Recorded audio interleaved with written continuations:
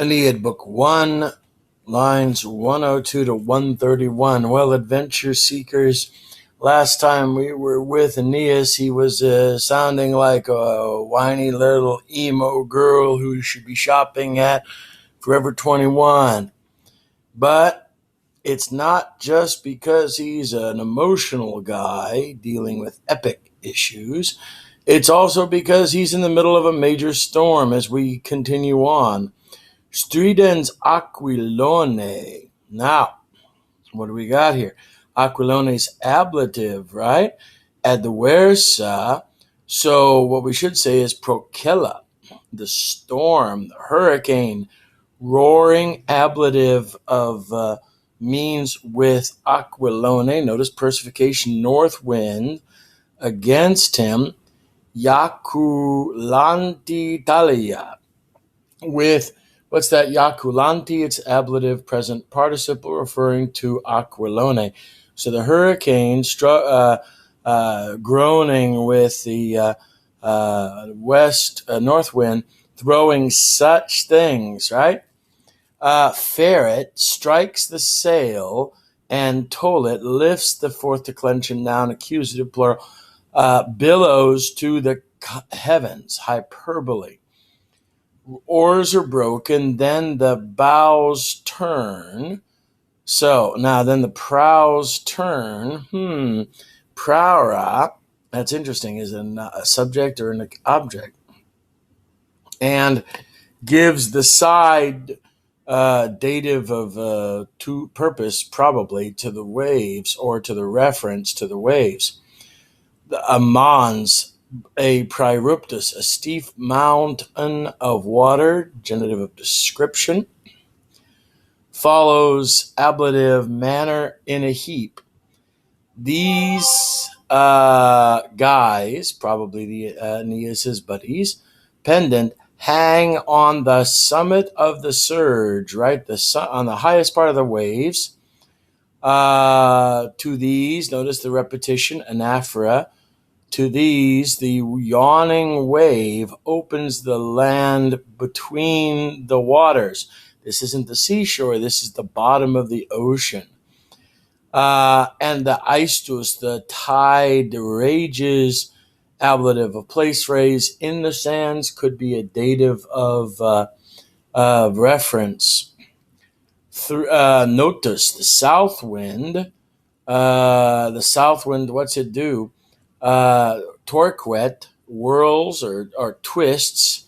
3 snatched apart what? Ships, feminine plural, upon the hidden rocks. Which rocks? In the middle of the waves, ablative place, the Italians call the altars, where you sacrifice things. And appositional phrase, an immense ridge on the highest or on the deepest sea. Eurus, the east wind, urges 3 ships, understood, from the deep into the shallows, and the sirtes, the sandbags. Miserabile visu, this is the supine used as a manner, miserable in the seeing. This is miserabile, is a neuter singular of a 2-termination adjective. And this east wind dashes them on the wadi shallows, and Kingit girds them with an agere, with a mass of sand. Girds them, ablative means phrase, probably. Let's see here. Where's your subject? Where's your verb? Well, no. There it is. The huge sea, the Ingens Pontus. What does it do? Ferret strikes. One which, understood, was carrying the Lycians and faithful Orontes before his eyes, strikes it onto the stern from above. The master, which is the helmsman, is executor, is executed, dashed out, and is hurled prone upon his head. And the wave driving her around thrice, that's the ship, whirls in the same place, and the rabid vortex whirlpool swallows it in the waters. A few, so we get rare, a few appears swimming in the vast, which is a vast eddy or whirlpool. Arms of men and planks and Trojan treasure are seen under the words through the waves. Now the storm, Wicket, has conquered the strong ship of Ilionis. Now, Anaphora, that of the brave Achates, and that in which Abus, Vectus Suppliant Est, was carried, and in which Grandaveus, grand aged Elethes, was carried.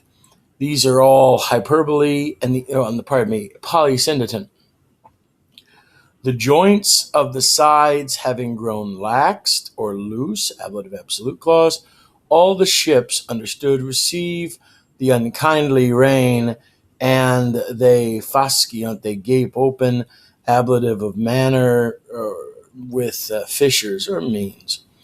Meanwhile, Neptune, this is cool, perceived the sea, his area, to be disturbed with a great murmur. And he understood, that a storm had been sent forth, and that the deeps, the stagna, the deeps rolled back. These are all indirect statement clauses from their lowest shallows, grievously having been moved because someone's messing with his stuff. Wait a second. I think we've gone too far. Have we gone too far, danger lovers? Oh, yes, we have gone. No, we've not gone too far. Let's keep on going. Since we're going to 131. Grievously moved, looked back, and he sees the fleet of Aeneas having been dispersed on the whole sea, the Trojans oppressed by waves, and the ruination of the skies. Nor did the wiles and the angers of Juno latuere, this is going to be a syncopated third plural perfect, lie hid or hide from, understood, the brother object phrase. So he calls Eurus, the winds, and Zephyrus to him, not all of them, just these two guys. And from there, he speaks such things. So it's exciting. We have a big mess. Everybody's dying. There's waves, there's storm, there's everything else. And then we see Neptune riding to the rescue. Is Neptune on the side of Aeneas or not? Those questions and others will be answered next time you tune in. Until that time, Excelsior.